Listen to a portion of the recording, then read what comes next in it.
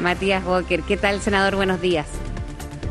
Hola, Fresia, Fernando, ¿cómo estás? Muy buenos días y feliz año nuevo a todos por Igualmente, allá. Matías. Igualmente, muy buen 2025. Bueno, ahí en cuestión de opinión, Fernando lo relataba, además no sabemos si es un quiebre, pero de todas maneras está influyendo en un debate que tiene harta premura, ¿no? Y que es lo ideal, sacarlo pronto en la reforma de pensiones.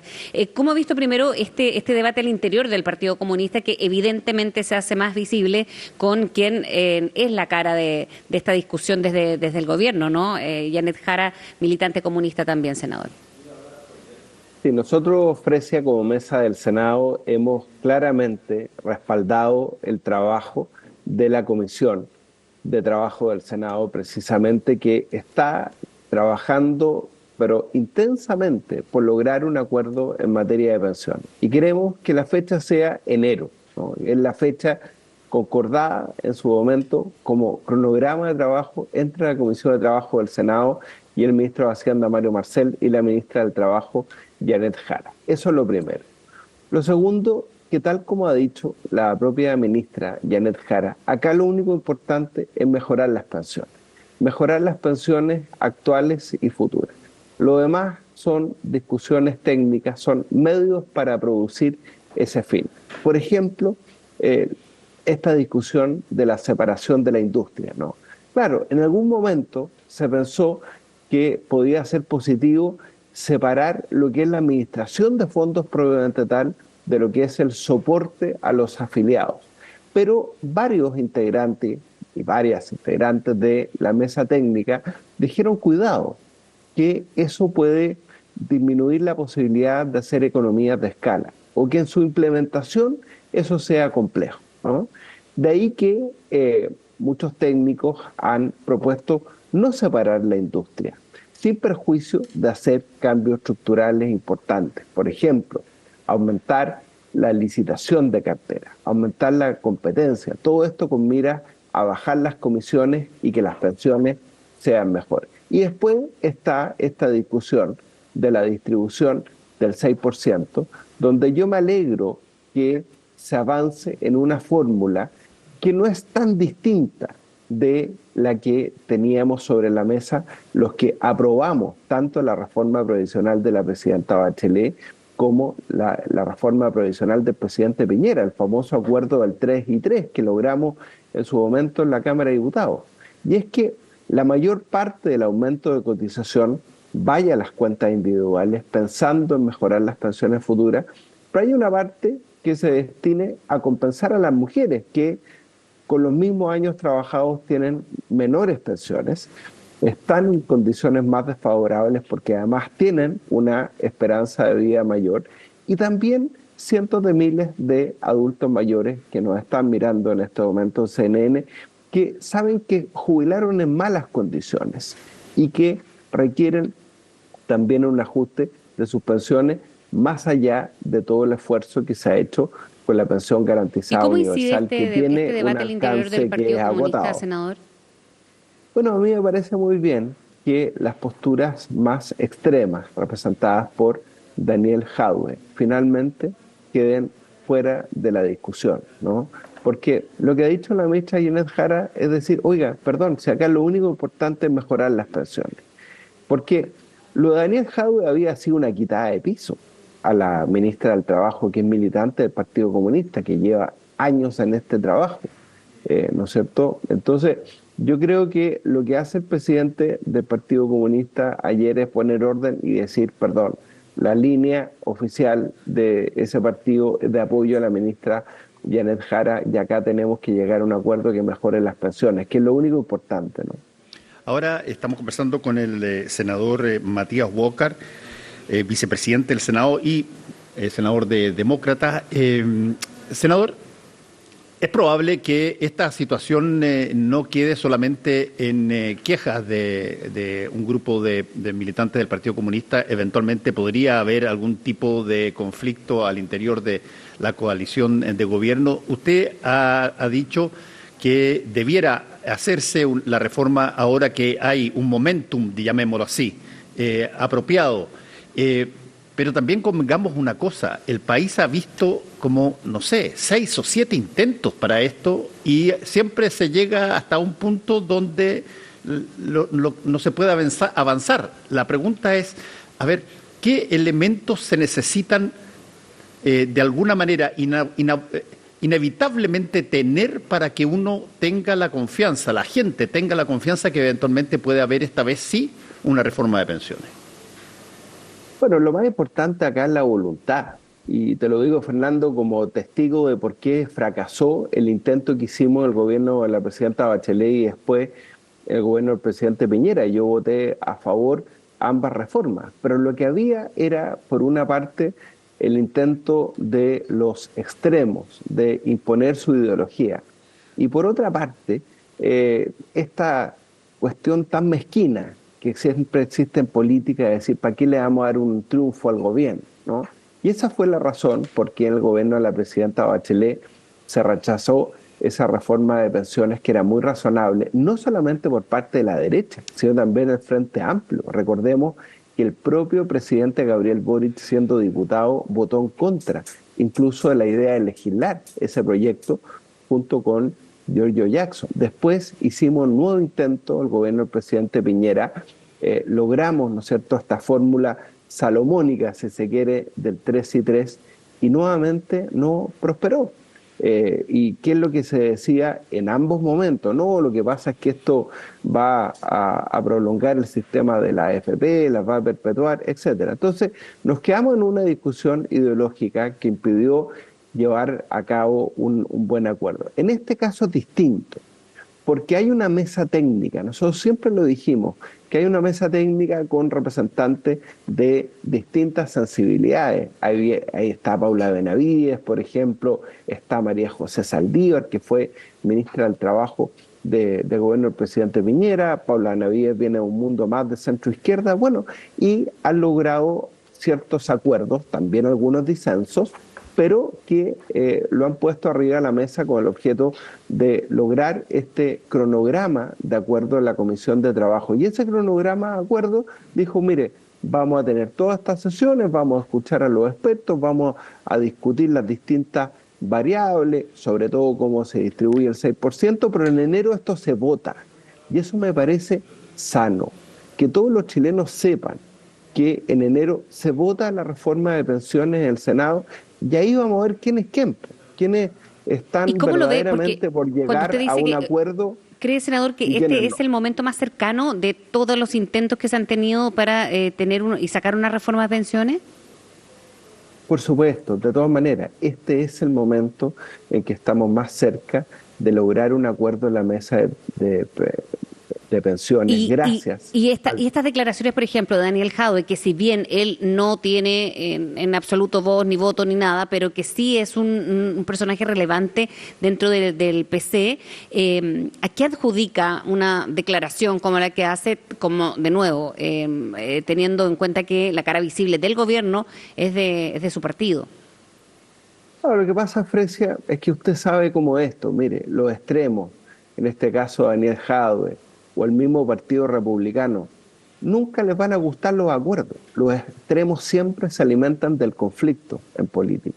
En cambio, los que tenemos una vocación de centro por los acuerdos, siempre vamos a buscar que en definitiva podamos dejar nuestras diferencias de lado, que son sobre todo ideológicas en materia de seguridad social, y concentrarnos en lo único importante. ¿Qué fórmula nos permite mejorar las pensiones futuras, pero también las pensiones actuales, y también compensar a las mujeres?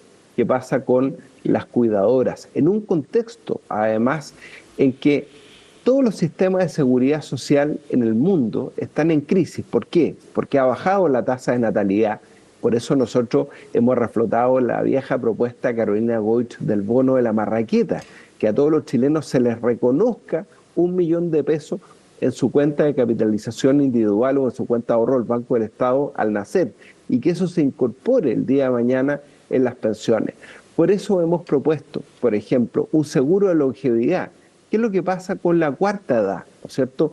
Con todos los chilenos que viven más allá de 85 años. Y ahí propusimos una fórmula concreta, bajo una lógica de seguro de longevidad bajo una lógica de seguridad social, poder financiar las pensiones desde los 85, 88 años. Ahí se le encargó a un experto de la OCDE, Antolín, una propuesta concreta que revisara nuestro sistema de pensiones y viera la factibilidad de este seguro de longevidad, con el objeto también de que las pensiones con retiro programado puedan entregar mejores tasas de reemplazo, ¿no es cierto?, mejores pensiones hasta esa edad, ¿no? Yo creo que están todas las propuestas arriba de la mesa. Llegó la hora de llegar a un acuerdo. Como te digo, Fresia, nunca los extremos van a ser partidarios de un acuerdo porque ellos se alimentan del conflicto. Pero en la Comisión de Trabajo del Senado pasa una cosa muy interesante, ¿no? Porque está representado desde la centro-derecha hasta la centro-izquierda, ¿no? Entonces yo creo que hay buenas posibilidades ahí de lograr un acuerdo y que ese acuerdo sea ratificado por la mesa del Senado. Estamos conversando con el senador del Partido Demócrata, Matías Walker. Matías, tú esto lo sabes de memoria y lo voy a repetir porque lo he dicho antes, pero al ciudadano una forma de alguna manera enseñarle cómo funcionan las instituciones es ver, por ejemplo, cuántas veces una misma cosa que todo el mundo aprecia como necesario, imperativo, fantástico, fracasa en sus intentos para llegar a puerto. Y tarde o temprano, la reacción que tiene el ciudadano no es contra esa ley que se está discutiendo, es contra el sistema, es contra la institucionalidad que no funciona. Han dicho que vamos a hacer cambios en la reforma de pensiones desde hace 35 años. Y desde ese punto de vista, bueno, ¿cuál es este mensaje? Bueno, es lo que me dice la gente todos los días, Fernando. En los clubes de adulto mayor, oye, senador, pónganse de acuerdo, mejoren las pensiones. Ya la gente está mareada con esta discusión del 3-3, 4-2, parece esquema de equipo de fútbol. Acá lo único importante es ver una fórmula que mejore las pensiones futuras de quienes vamos a jubilar el día de mañana, pero también las pensiones actuales. Hay una deuda de la sociedad chilena con cientos de miles de adultos mayores a quienes el sistema del año 82 les dijo, mire, usted va a jubilar por el 100% de su sueldo y después ha tenido tasas de reemplazo mucho menores, ¿no? Hay que hacerse cargo de esa situación. Por eso se equivocan quienes dicen, mire, esto es 6-0, porque como bien dijeron la integrante de la mesa técnica, el 6-0 equivale a un 0-0. Es decir, si usted destina el 100% del aumento de cotización a cuentas individuales, no va a permitir ni compensar a las mujeres, ni compensar a adultos mayores que ya jubilaron bajo un sistema que no logró satisfacer todas las expectativas. Por eso es que muchos aprobamos el 4-2 del gobierno de Bachelet y el 3-3 del gobierno de Piñera. Ahora hay un consenso de que la mayor parte del aumento de cotización tiene que ir a cuentas individuales, porque si no, no vamos a mejorar las pensiones futuras. Bueno, pero tiene que haber una parte destinada a esa compensación. Algunos le llaman sistema de reparto. Yo prefiero hablar compensación para tener pensiones más justas. Y ese acuerdo es el que tiene que lograrse ahora en enero. ¿Y cuánto ha cedido el gobierno? Porque primero era cuando se puso plazo para la discusión, era de ir zanjando aquellos puntos que eran menos debatibles o donde había menos diferencia, ¿no? Pero este 6% terminó siendo muy por lejos de lo que pretendía el gobierno. Bueno, yo creo que cualquier gobierno tiene que primero mirar los datos de los análisis técnicos. E insisto, acá hay una mesa técnica que ha coordinado muy bien Cristóbal Uneus por mandato del gobierno, donde está Paula de Navidad, hay gente de centro izquierda también, que ha dicho que esto tiene que ser un equilibrio, ¿no es cierto?, entre entregar un aumento de cotización a las cuentas individuales, pero también dejar algo para compensar a las mujeres y a los adultos mayores. Y por otra parte, que se ha dado cuenta que no tiene la mayoría parlamentaria para hacer lo que quiere, ¿cierto? Entonces, bueno, esto es lo más parecido a la democracia los acuerdos que hubo durante 30 años en Chile y que tan buen resultado le dio al país, porque se lograron avances importantes, entre ellos reformas tributarias en el gobierno del presidente Elwin, reformas laborales en el gobierno del presidente Elwin y el presidente Frey, que se lograron cediendo muchas cosas, pero logrando acuerdos que permitieron que durante esos años Chile creciera a tasas del 7%, que redujera la pobreza de un 40% a un 10%. Y yo creo que tanto el presidente Boric como el ministro Marcel y la ministra Janet Jara se dieron cuenta de eso y entendieron que había que lograr un acuerdo. Y espero que eso se pueda materializar en las próximas semanas. Estamos conversando con el senador Matías Walker, vicepresidente del Senado y senador de Demócratas. Matías, bueno, tú mencionaste un poco el periodo ese de acuerdos que hubo y para reformas constitucionales, para cambios en el sistema político, en algún momento dado se pensó que había eso y que estaba plasmado en 12 intentos de cambio constitucional. Y mira tú lo que pasó. Desde ese punto de vista, ¿cuál es la, llamémoslo así, cuál es la válvula que permite que salga un poco, escape un poco este aire, qué sé yo, gris, y no pérfido de estar siempre esperando hasta el último minuto para decir que no, y que efectivamente haya cambios tanto en las pensiones como en el sistema político? Y me gustaría, ¿qué cosas tú verías que habría que cambiar ahí? Sí, yo creo, Fernando, que hay bastante acuerdo en reformar al sistema político. Espero que esto vaya de la mano de reponer el voto obligatorio de manera permanente, porque si de representatividad se trata, esto tiene que ir de la mano con que la ciudadanía participe en las elecciones, con sanciones en caso de no hacerlo. Tuvimos buenas cifras de participación en las últimas elecciones gracias al voto obligatorio. Ya la Comisión de Gobierno Interior del Senado despachó un proyecto que presentamos hace un par de años y espero que eso pueda ser ratificado en la sala la próxima semana. Me refiero al voto obligatorio de manera permanente. Y yo creo que hay bases también para una reforma al sistema político, para mejorar la representatividad, para mejorar la gobernabilidad. Espero que esto vaya de la mano un acuerdo también para la modernización del Estado, para la profesionalización del Estado. Pero veo bases para eso bastante sólidas. Ok, pero eso todo lo ves, Matías Walker, con leyes individuales, cada una para cada una de las cosas que tú has dicho, no para generar eventualmente un nuevo proceso holístico, si tú quieres, o global, de cambio sistemático, como podría ser un nuevo intento constitucional.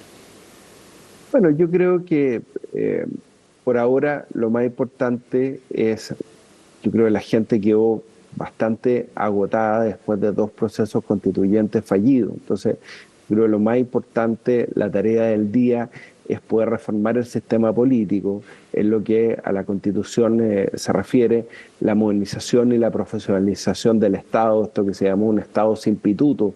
Yo creo que es muy importante, ¿no es cierto?, que el Estado con el que se enfrenta el ciudadano día a día, las listas de espera en los hospitales, la burocracia que enfrentan las pymes para poder emprender, bueno, eso también lo podamos abordar en la Constitución. ¿Y hay un umbral del 5%, senador, o habría que ver otra modalidad viendo las voluntades políticas también para hacerlo? Sí, a mí lo del 5% me parece bien. Me parece bien que el sistema tienda a tener partidos políticos fuertes, que los partidos que no logren el 5% se puedan fusionar entre sí de manera de mantener la representatividad popular, pero también favorecer la gobernabilidad. Sí, bueno, ese tema del 5%, tú lo has visto mucho mejor que nosotros, genera a veces situaciones como las que probablemente estamos hoy día. Tenemos elecciones a puertas en un ratito y por lo tanto los incentivos para generar votación a favor de determinadas medidas del sistema político, bajan si es que tú posees 2, 3 votos que pasan a ser esenciales. Sí, por supuesto. El hablarle a sus nichos muchas veces conspira contra la posibilidad de lograr grandes acuerdos. Por eso yo insisto, soy partidario de la regla del 5%, me parece muy bien que esto vaya de la mano de la modernización y de la profesionalización del Estado, que sea también con voto obligatorio permanente, Fernando, no es menor, porque ¿qué es lo que pasaba con el voto voluntario? Que los extremos, de alguna manera, convocaban a sus barras bravas, por así decirlo, ¿no? Y esas barras bravas tenían mayor incidencia en la votación en general. Con el voto obligatorio no pasa eso. Finalmente tú tienes que convencer al ciudadano de pie que no está movilizado políticamente, de que participe en torno a ideas, en torno a propuestas, que no voten solamente los convencidos, sino que aquel ciudadano que se deja persuadir por las propuestas concretas de uno y otro candidato. Esa es la virtud que tiene el voto obligatorio, por eso yo digo tiene que ser parte de este acuerdo para reformar el sistema político, y tenemos 2 herramientas concretas. Ya hay un acuerdo en la Comisión de Gobierno Interior del Senado, que espero que pase a la sala la próxima semana, para reponer el voto obligatorio de manera permanente, que hoy día está en la Constitución, pero no está en la ley orgánica constitucional con sanciones, y también esta propuesta que se está trabajando en la Comisión de Constitución del Senado, reforma al sistema político, que yo también espero que llegue a la sala del Senado en el mes de enero. No es tiempo de otros temas, ¿no? Le pregunto por cuando se habla del aborto, con estas prioridades que hay, por ejemplo, reforma previsional o hasta el sistema político. Decían algunos parlamentarios que en este anuncio que hizo el gobierno de posponer el debate es principalmente un saludo a la bandera, como para no dejar atrás algunas de las promesas que habían hecho en campaña. Sí, yo creo que hoy día claramente no es la prioridad de la ciudadanía. Nosotros avanzamos ya en una despenalización de la interrupción del embarazo en 3 causales.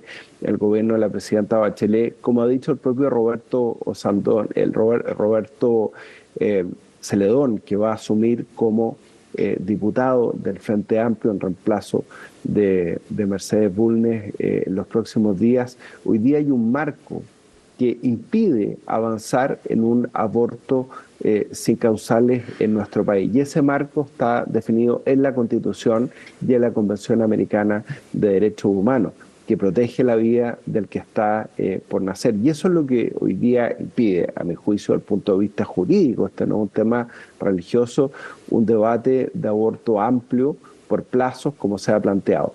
Pero claramente yo creo que el propio gobierno y el ministro Elizalde ha entendido que no es la prioridad de la ciudadanía hoy día una ley de aborto libre en Chile. Sí, no es, tú dices, no es algo que eventualmente competa a otros factores, otros poderes, pero no cabe la menor duda de que esa es una de las, lo que podríamos llamar una de las reformas que tocan valores que se han denominado morales, y en este caso particularmente incluso religiosos, porque ha habido expresión de la Iglesia Católica específicamente sobre ello. Entonces, ¿qué tanto eso incide, a tu juicio? No cabe duda, pero si tú ves todas las encuestas de opinión pública, la mayoría de la ciudadanía entiende que en 3 causales determinadas debíamos legislar respecto a la interrupción del embarazo, en caso de violación, en caso de inviabilidad fetal, en caso de riesgo de la vida de la madre, ¿cierto? Pero avanzar hacia un aborto sin causales, un aborto libre, ya es otra discusión, que como digo, no es solo religiosa, porque acá las religiones han tenido su opinión y el ministro Chomalí dio una opinión en términos bastante positivos que fue respondido de manera absolutamente inadecuada, a mi juicio, por parte de la ministra de la Mujer, y eso generó crítica incluso de la propia presidenta del Partido Socialista, Paulina Bodanovich. Pero más allá de eso, nosotros tenemos un marco que está determinado por un sistema interamericano de derechos humanos que está dado por el Pacto de San José de Costa Rica, que dice que el pacto protege, en general, dice, la vida del que está por nacer. Entonces, eso es un marco que de alguna manera limita esta discusión en buena hora, porque yo creo que, en definitiva, hay un valor en la vida que está por nacer. Muchos vamos a defender ese principio, es parte del debate, pero creo que, insisto, el propio gobierno ha entendido que no es una prioridad legislativa en este momento. Chile tiene que volver a crecer, Chile tiene que volver a ser un país seguro, que podamos caminar tranquilos por la calle, tenemos que avanzar, senador, todavía en la agenda de seguridad y en la agenda de reactivación de la economía. Pero instalar el tema no es un propósito quizás de que siga como un legado para las próximas administraciones que continúen levantando el aborto libre, en este caso como también una política pública. Bueno, siempre va a haber sectores que van a promover una ley de aborto libre como existe en otros países, y habremos otros que nos opondremos a aquello, ¿no? Nosotros hemos avanzado mucho, por ejemplo, hoy día en la reforma de la ley de adopción, que es una alternativa concreta frente al drama de miles de mujeres que no saben cómo enfrentar un embarazo. La alternativa a la adopción, hoy día la adopción en Chile cuesta, es engorrosa. Bueno, tenemos que avanzar también en un sistema integral de acompañamiento. Ahí está el sistema de cuidados. A propósito de lo que estábamos hablando en materia de pensiones, una de las propuestas que hemos hecho es precisamente que se le reconozca a aquellos cuidadores que tienen lagunas previsionales por haber ejercido cuidados de personas enfermas, de personas que están con algún grado de invalidez, de adultos mayores que están postrados, reconocerles eso también en su pensión. O sea, algunos creemos que hay que legislar también en el sentido del acompañamiento, y bueno, para eso está el debate legislativo. Matías Walker, vicepresidente del Senado y senador del Partido Demócratas, muchas gracias por haber estado con nosotros hoy día, Matías. Gracias, senador, que esté muy bien. Muchas gracias, Fernando. Buen día. Feliz año, por cierto.